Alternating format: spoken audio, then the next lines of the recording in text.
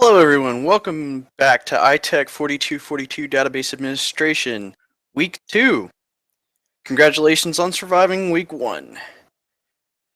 For this week we will be covering Chapter 1 of the textbook, Database Administration, the complete guide to DBA practices and procedures, as well as following the exercises listed within Module 1.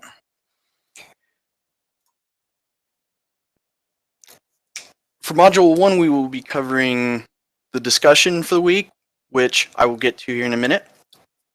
Week 1, W3 Schools SQL tutorial, W3 Schools quiz, and SQL exercises. I'm going to start by saying that we're going to cover the chapter first. For those that want to skip ahead and go to the module, I will provide quick links in the description below so that you can go straight to that. Now, as far as Chapter 1 is concerned, it really kind of delves into what a DBA is and what he or she does. So what is a DBA? A DBA is whatever he or she really needs to be. Anywhere from a security guardian for data integrity, availability, and confidentiality, a reviewer and analyzer of trying to figure out what system requirements that you need in the future, what pervasive technologies are available at the time, and what the next course of actions are.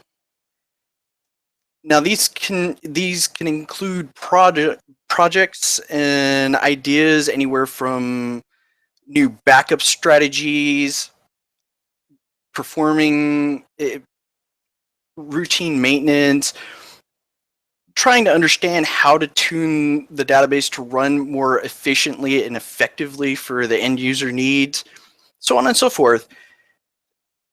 Now, they are also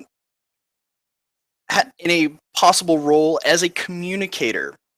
Now, DBAs have had the stigma of being off-putting or argumentative or just basically individuals that keep to themselves and don't communicate effectively with other departments. But in order to have a good rapport and a good relationship and an effective database that will provide users with a worthwhile experience in retrieving data that they need to make a business successful, a DBA needs to be able to talk on the same level using the same terminology as that of an end user so that the end user gets what he or she wants, gets what he or she needs for business success. They are also a rare commodity, as the textbook kind of points out that the interviewing process for a DBA can take 3 or more months alone, and even after you obtain a worthwhile DBA, he or she will probably need extensive training, as there are various facets to a company that are specific to said company. A database administrator may be familiar with Oracle systems, but if they're to cover Oracle systems, SQL Server, and other vendor software, whether it's outside connections, then there's going to need to be some sort of training to catch the DBA up in how things are run. And as I kind of pointed out, as they are lifelong learners. Not only are they learning systems as they are currently within a business, they're also researching and trying to understand what systems can progress the company, can upgrade and update to modern day technology. As all of you are aware, as IT students, technology changes at a rapid pace. So being a couple of upgrades behind can really dull the business advantage that a company can have. So ensuring that they learn what the newest technologies are, even if it's just an upgrade for instance, Oracle 10 to 11 to 12, there are there could be vast changes that affect business decisions. And I just kind of pointed out 3 different versions of Oracle, but there are many different database management systems that a company can use, anywhere from Oracle DB2, MySQL, SQL Server, and they can be hosted on an array of operating systems and server technology, whether they're Linux, Unix, Windows, whether they're on a physical server or a virtual server. And there's also the consideration that you don't want to just have one system that that has the potential to fail should you run programs that you're testing. So you want to have at least one production system and one test environment, so that if, let's say, you blow up the test environment because you run an infinite loop or you have an ill-formed process, it doesn't affect the end users in the day-to-day.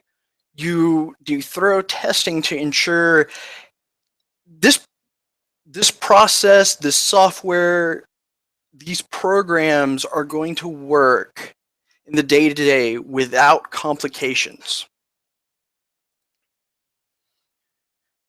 As far as technology is concerned, I'm kind of jumping around in the textbook, so if you're trying to follow along, it might be a little bit difficult to kind of jump back and forth. But I'm kind of hitting on the highlights and trying to review stuff that maybe I've gone through and what I'm familiar with. So you're still responsible for what's in the textbook if I don't cover it here. So please make sure to read the textbook, cover the material. But as I said, I'm hitting the highlights. There are newer technologies. As far as databases were concerned, in years before, databases were simply a repository to store data, and you had various applications that would connect to the database and pull the information into an easy to understand GUI environment so that the end user could understand what they're looking at instead of having to see all the metadata and the information that's not pertinent to them. But fortunately and unfortunately, databases have become a little bit more complicated and now are capable of holding stored procedures, triggers, user-defined functions, so on and so forth, that it becomes complicated, and it falls on the shoulders of the database administrator to know how these procedures, these processes, these functions, and the triggers interact behind the scenes, so that if you have a bad trigger, well, the end user is not necessarily going to see why the trigger's bad. They may just run into errors and not have to understand. And then it's up to the database administrator to troubleshoot these, to understand where they came from and how they interact in the database environment, what they actually do to the data, and ensure the integrity is there. It's not just modifying data willy-nilly. Now, there are other technologies to be concerned about when it comes to databases. The textbook kind of gets into personal digital assistants, PDAs, and all that they we've gotten to the day and age where on a cell phone we can actually host or hold a database that holds pertinent information that may be specific to a business. Well, as a database administrator, you need to figure out whether or not you can securely share information with the databases on said devices, and if you are going to share it, that it syncs up properly, that the data is pertinent and shareable and business worthy. There are also databases out there that have shied away from the use of SQL, that have been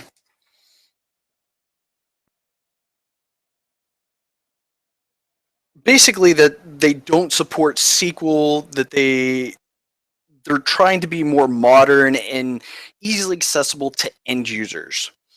Now, does that eliminate the need for a database administrator who may have to tune databases or deal with the infrastructure and so on? Well, no, it doesn't eliminate their need, even though they're not interacting on a regular basis with these NoSQL databases. Those NoSQL databases still need to be backed up, so you still don't antiquate a DBA.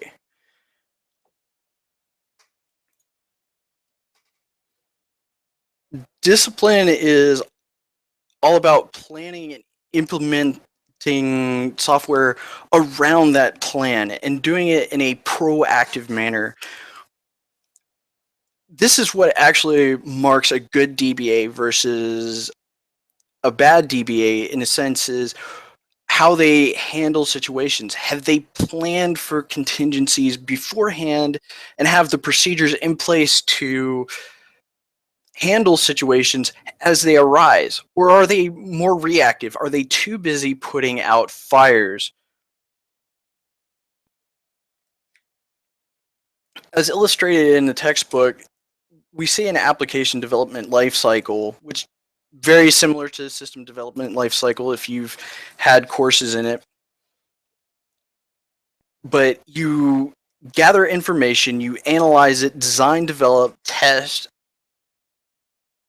do operational testing and all, and maintain applications and databases so that it's an effective way of maintaining them.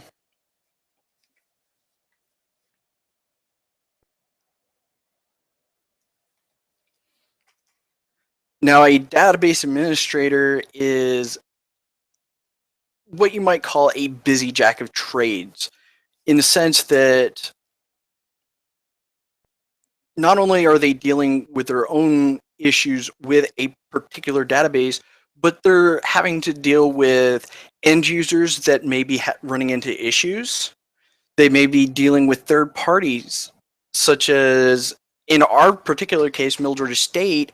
Our database connects outwards to the University System of Georgia. It connects to Nelnet. We have other vendor software, including a ticketing system for whether you have a parking decal or not. All of that is within our database systems.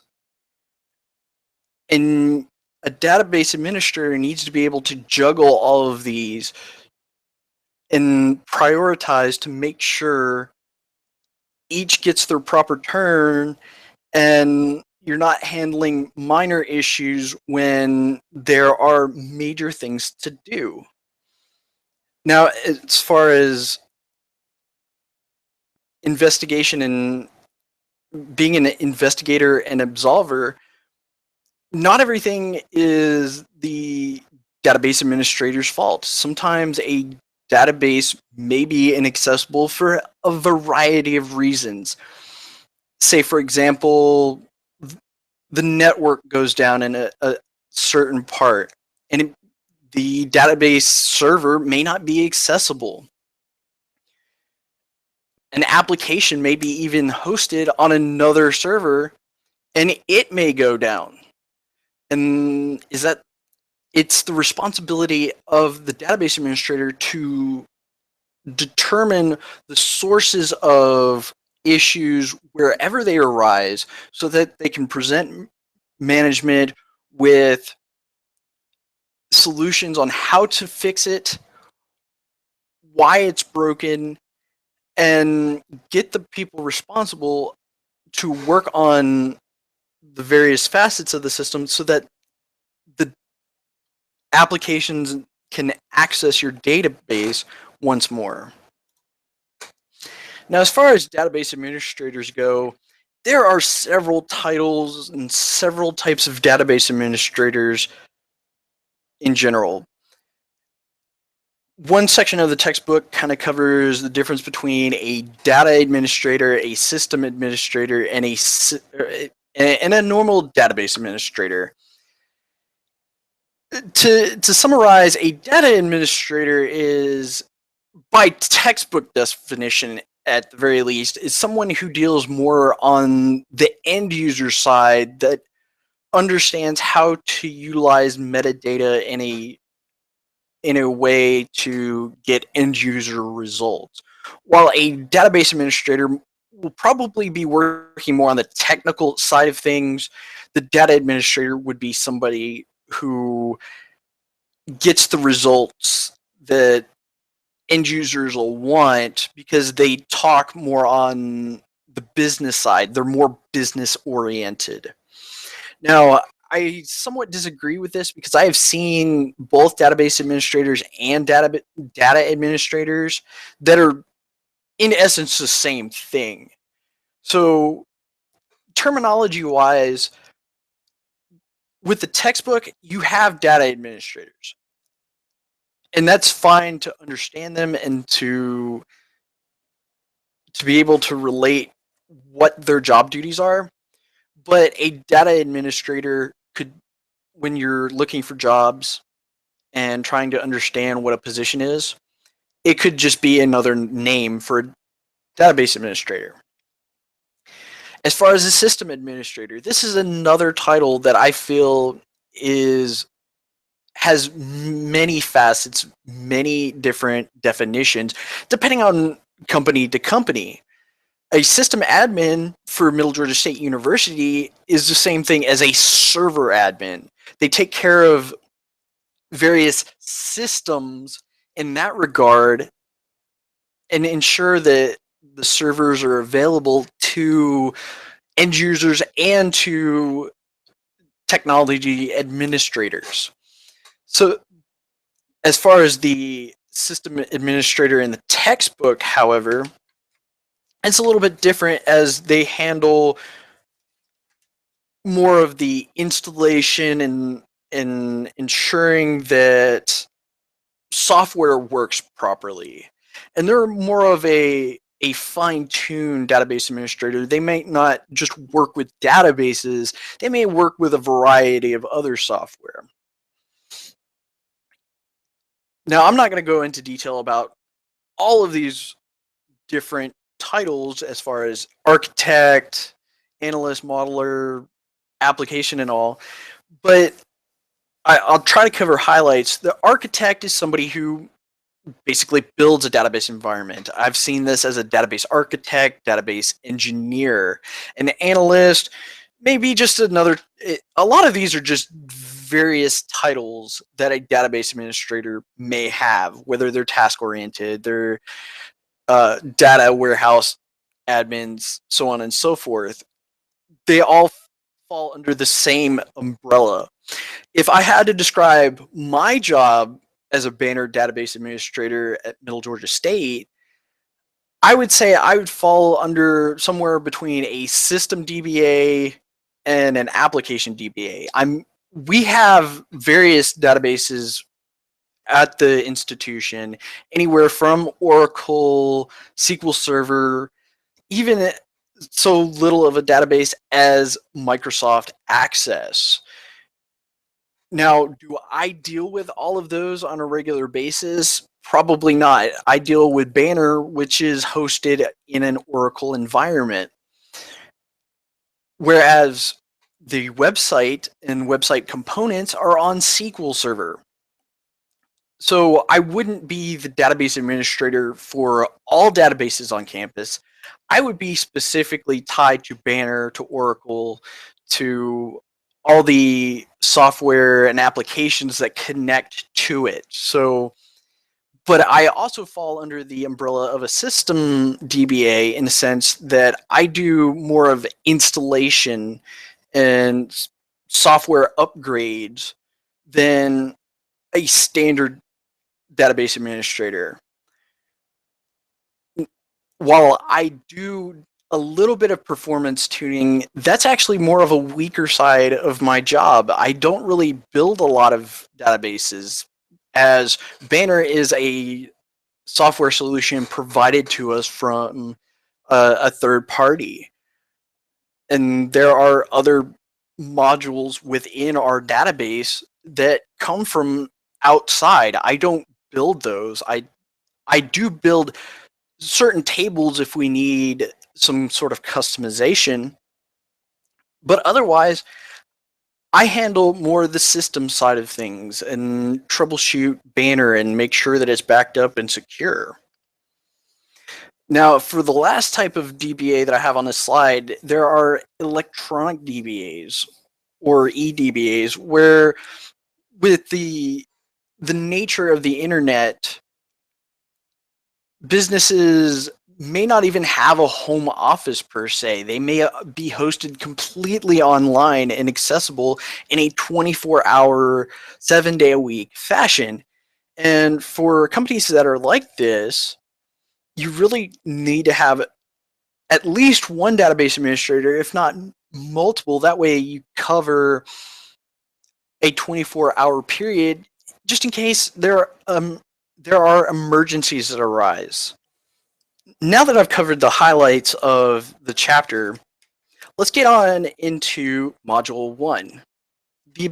The major objective for Module 1 is basically a refresher. If you've had database principles, which you should have if you're in this class, you should be familiar with SQL, at least the basics, whether it's updates, inserts, deletes, select statements, and so on. But I understand that maybe throughout the break, the winter break, you may have, you know, you may need to dust off that would-be snow, even though this is Georgia and we don't know what snow is.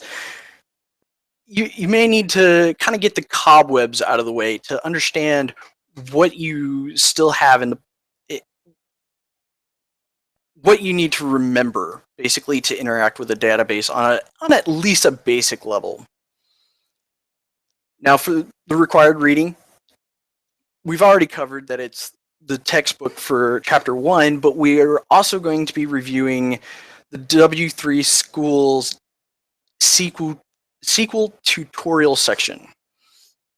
And this is, you're going to be responsible for all the sections. Again, this has been covered in the past. This is merely a refresher to get you back up to speed, back used to coding again.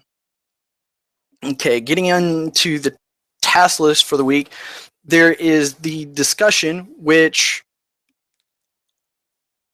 I won't go into full details, I guess, or whatever. It's essentially get at least 3 articles online about database administrator type jobs and share them with your classmates, analyze them, compare them, contrast them, just get in there and deeply understand what these jobs have to offer and write about anything that you find maybe irregular, what you expected to find, what you didn't expect to find, commonalities, so on and so forth. Just kind of get into this. I realize that it's the beginning of the semester and job hunting is not necessarily on your to-do list yet, but it's better to actually kind of get into the mindset early And what better way to define what a database administrator is by understanding what is expected of them from businesses and who they're trying to hire. Our second item of business is the SQL quiz on W3 Schools. This is a 25-question quiz, and you can take this as many times as you want, but I want a perfect score.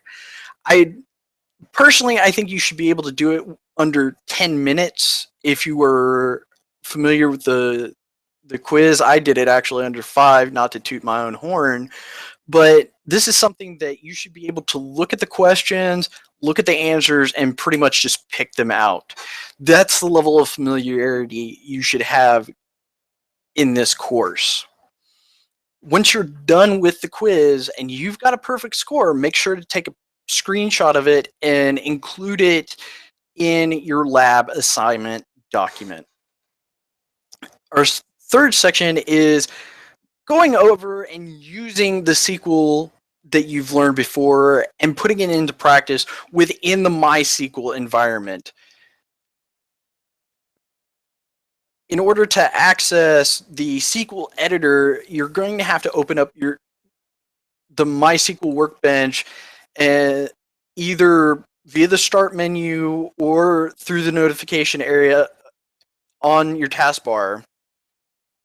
And the instructions go over this, as well as some basic setup that you need to do with the software to allow you to run updates, deletes, and all unhindered.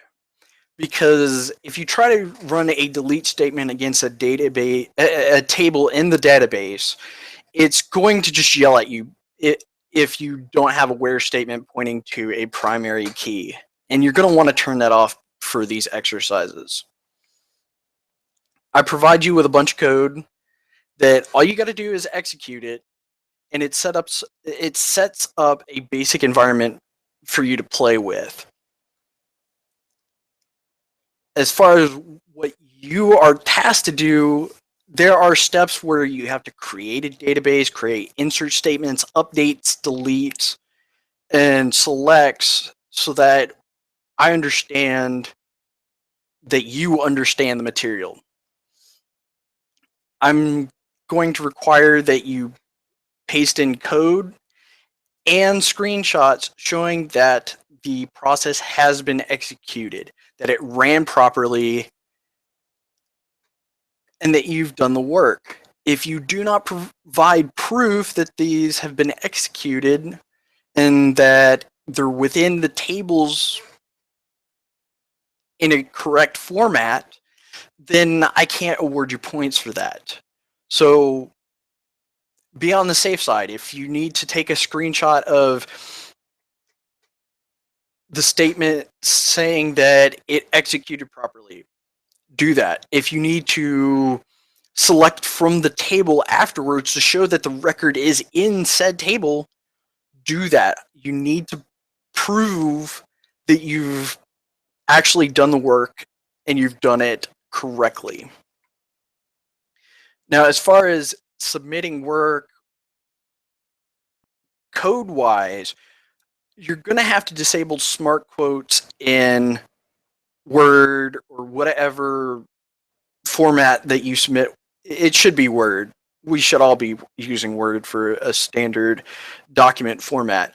But make sure to turn off smart quotes. I have provided a link in the module on instructions on how to turn these off. And for those unfamiliar with smart quotes, they are these curly quotes that if you copy them and try to paste them into a coding environment, whether it's C programming or SQL, it throws errors because it doesn't recognize the character.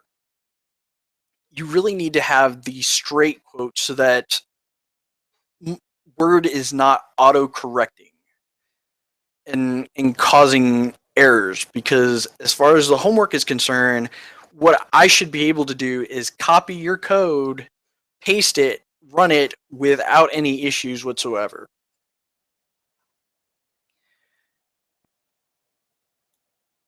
Not sure how that got back in there, but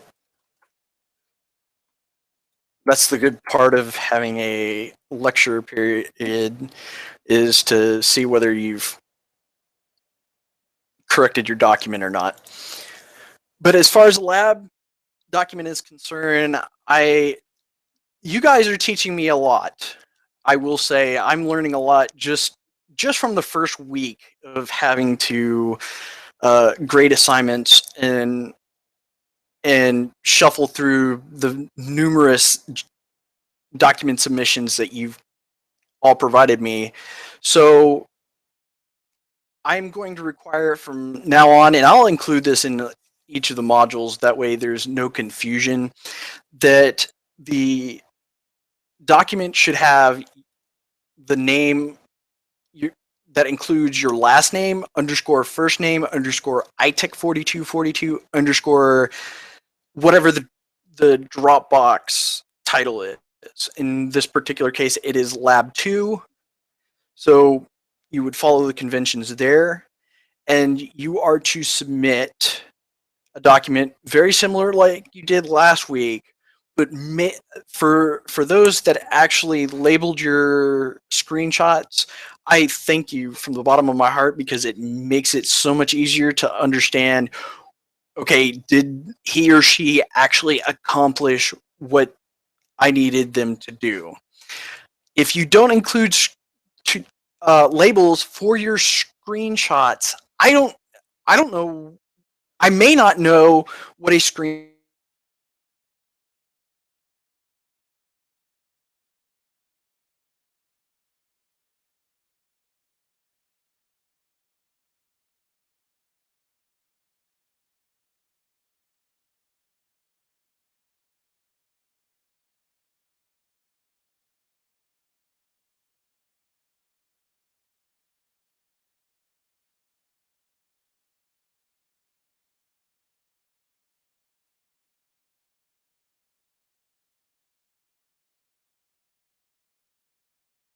So please labels. I didn't count off for it at all last week because I've not stated that previously that I required it.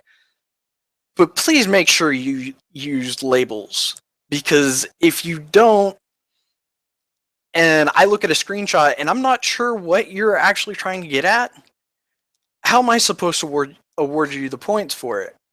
So please, please, please make sure you have the proper formatting for the name of the document, and please make sure that you label and have comments or whatever you need to relay that you have done your work and you've done it properly.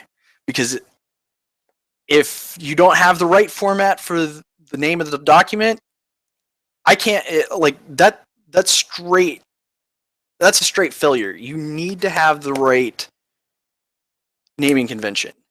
If you don't have labels, that's point deductions right there, because I don't know whether you have done it or not. And while I am an investigator into problems with end users, I shouldn't have to investigate issues that in determining whether you did work or not. So please make sure you have proper labels, make sure you do the work, make sure you have the screenshots. And that's all that I have for you for this week. If you have any questions or concerns, again, my email me through MGA email and use your MGA email. I'm not sure whether I was specific on that or not in the syllabus, but if you email from your private emails, I'm not going to answer them. So please make sure you do that. And as far as one last item to note, please keep things in the proper order that you find them in here. As far as this is concerned, I have a numerical order of create the tables, insert statements, updates, deletes, so on and so forth. Please keep these in the same order. That was we didn't have too many people that did the last week that I've seen so far, but it can be rather confusing if your work is out of order. Please keep these in the same order.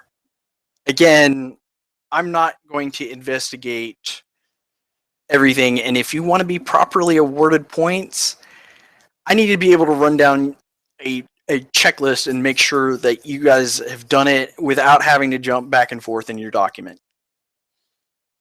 That will amount to deductions in your grade.